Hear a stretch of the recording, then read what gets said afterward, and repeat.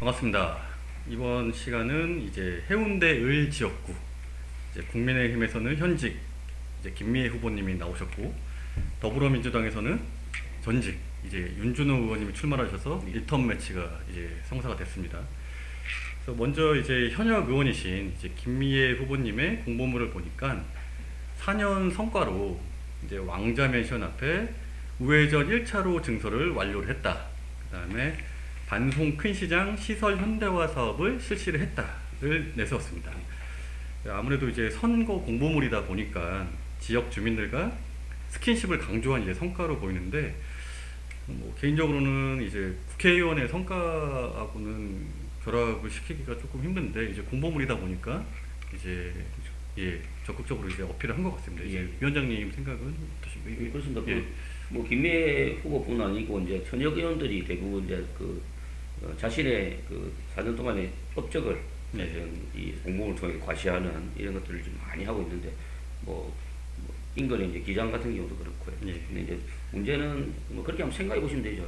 국회의원은 중앙 정부가 하는 일에 대한 정책에 대한 견제와 감시 역할을 하고, 그다음 중앙 정부가 시행할 수 있는 일들, 재원 부분에 대해서 뭐 이렇게 마련하는 일들을 할 것이고요. 그다음에 이제 입법 활동을 통해서 여러 가지 중앙 정부의 정책들을 규정하는 일들을 하게 됩니다.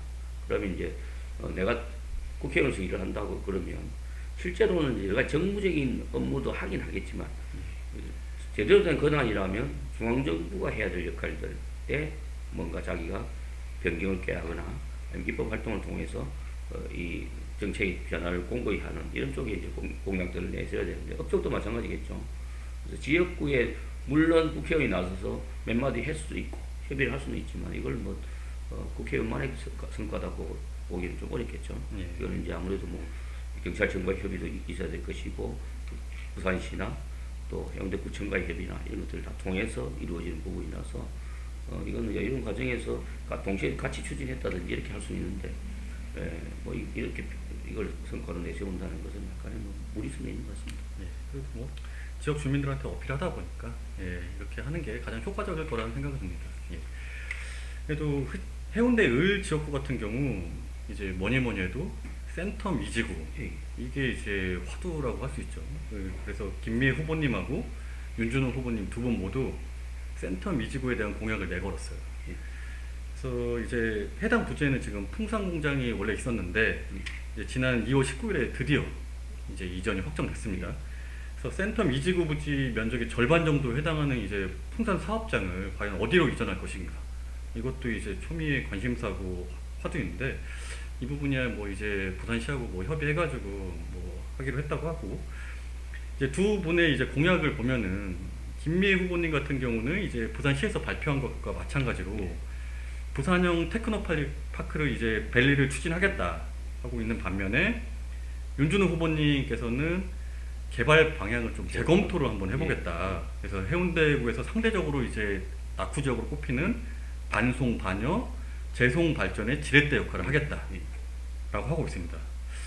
그래서 이제 부산시의 입장은 이제 김미애 후보님과 마찬가지로 4차 산업 중심인 테크노밸리로 조성을 하겠다입니다. 그리고 이에 반해서 윤 후보자님께서는 재검토를 하겠다라고 하는데, 이제 구체적으로 이제 공보물에는 어떤 내용은 없어요. 위원장님께서는 이 센텀 이지구에 대한 공약에 대해서 어떻게 생각하시는지요? 이게 사실은 조성의 방향은 정해졌는데, 사실은 풍산의 이전이 확진된 건 아니죠. 그러니까 어쨌든 이전 부지를 서로 시와 부산측이 이제 합의를 봤다는 것인데, 이미 이제 기장군에서는 또 거기에 대한 발표는 안 났지만, 위치에 발표는 안 났지만, 기장군 가능성이 상당히 높으니까 이미 반대 운동을 또 하고 있습니다. 그래서 이제 그게 나중에 수행될 때까지 비밀로 한다는 게 가능하지도 않을 뿐더러 또 이제 걸림돌이 될 수는 있는 부분이 있겠죠. 그렇다면 사실은 이 부분은 국회 차원에서 해운대와 기장의 국회의원들과 그다음에 이제 부산시가 정부와의 그걸 통해서 좀 뭔가 이렇게 절충점을 찾아내는 작업을 하는 것이 제가 우선일 것 같고요. 그다음에 이제 야당 쪽에서는 아무래도 이제 기존의 그 개발대로 하는 것보다는 새로운 것들을 제시한다고 하는 의미로 재검토를 이야기했는데, 이 재검토한다는 내용은 상당히 추상적입니다. 이게 뭔 말인지, 어떻게 하겠다는 것인지 전혀 감을 잡을 수가 없어요. 그래서 정말로 그러면 기존의 안의 어떤 건데 이것과 다른 뭔가 비전을 제시할 수 있는 요 실제로 뭐 일자리 창출이라든지 소위 말하는 경제적 파급 효과라든지 이런 것들을 만들어낼 수 있는 구체적인 안을 제시하셔야 되는데 이거 일단 국어성 공략에 불과하거든요. 예. 이렇게 되면 사실은 의미가 없다고 보이시고요. 그다음에 이제 김미애 후보의 경우에는 뭐 부산시가 추진하는 걸 그대로 이제 뭐장 해놓은 거라서 예. 상대 후보는 이걸 이야기하는데 나는 안 하면 나는 그 관심 없는 것처럼 보일까봐. 그래서 이제 지금 후보들이 다 그런 것 같습니다. 뭔가 있는 거는 다 끼워 맞춰 넣는. 그래서 뭐 공약 수가 지금 보면 뭐 50개, 70개 뭐 이렇게 되는 게 보통이거든요. 그래서 그걸 그게 찾아보면 이제 그 중에 한 20-30%는 이미 하고 있는 거.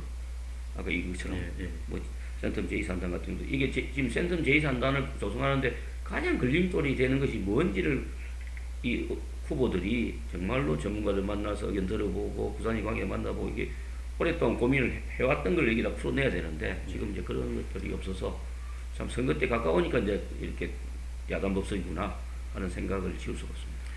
그러니까 뭐 김미애 후보님하고 이제 부산시 입장대로 이제 판교처럼 된다면요, 이제 대기업도 내려오고 이제 그렇게 하면은 부산에 굉장히 큰 도움이 될 것 같긴 하지만 예.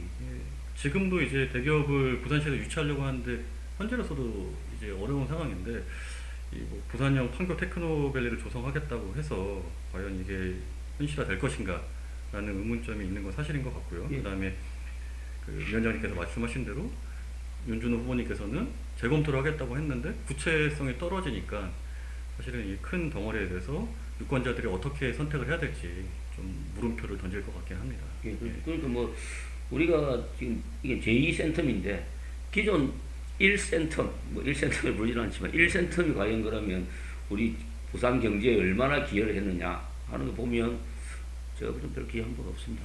그렇죠. 그리고 주거하고 소비. 그렇죠. 지금은 그냥 건물들만 높이 들어서서 일부 이제 땅값만 열심히 올려놨고 그다음 제2센텀 같은 경우도 지금 조성원가가 평당 최소 2천 가까이 될 거다 하는 이야기 있어요. 최소 1,600 내지 2천 이렇게 이야기하고 있는데 그렇게 조성을 했을 때 소위 말하는 대기업이나 또는 외지에 있는 기업들이 이걸 어떻게 부담하고 올지 물론 조성원가를 분양한다 하더라도 뭐 그런 이제 부담감이 있을 것 같고 그러면 제대로 된 생산시설이나 이런 것들을 유치하기는 좀 어렵지 않겠느냐. 그러면 지금의 기존 센텀시티와 비슷한 그런 구조로 빠질 가능성이 상당히 많다. 그럼 결국은 좀 우리 시민사회는 그런 이야기를 하는데요. 좀 땅이 있으면 좀 미래 세대에 좀 넘겨주라. 꼭 우리 때 다 개발해야 되냐. 뭐 1센텀도 해운대에 있는데 그럼 그거하고 좀 위치가 다른 곳에 또 2센터를 만들어서 해운대 전체를 이제 센터화 시키는 이제 작업을 하겠다는 건데 그런 실효성도 좀 의문스럽고 뭐 전망을 장밋빛으로 내놓는 거는 뭐 우리가 희망을 가질 수 있는 부분은 있지만 우리 희망 고문이 될 가능성도 없지 않다 이렇게 보입니다. 예, 센터 미지구 공약에 대해서 알아봤는데 아무래도 이제 센터 미지구가 크다 보니까 이번에는 이제 김미애 후보님하고 윤준호 후보님 공약 간에 이제 좀 눈에 띄는 공약이라든가 좀 차별화되는 공약이 있으시면 한번 소개 한번 해주시죠.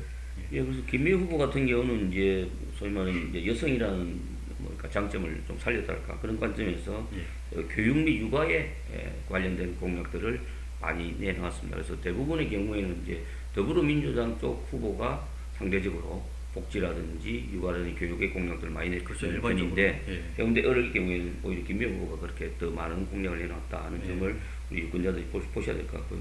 그 윤준호 의원은 이제 또 좀 다르게 지역 현안 외에 이제 10대 민생 정책이라 해서 그런 이제 요즘 이슈가 되고 있는 여러 가지 이제 중소상공이나 노동자 그다음에 서민층을 위한 현 정부의 정책과는 좀 반대되는 이런 것들을 별도로 냈다는 점에서 공공에서 좀 잘 살펴보시면 좋을 것 같습니다.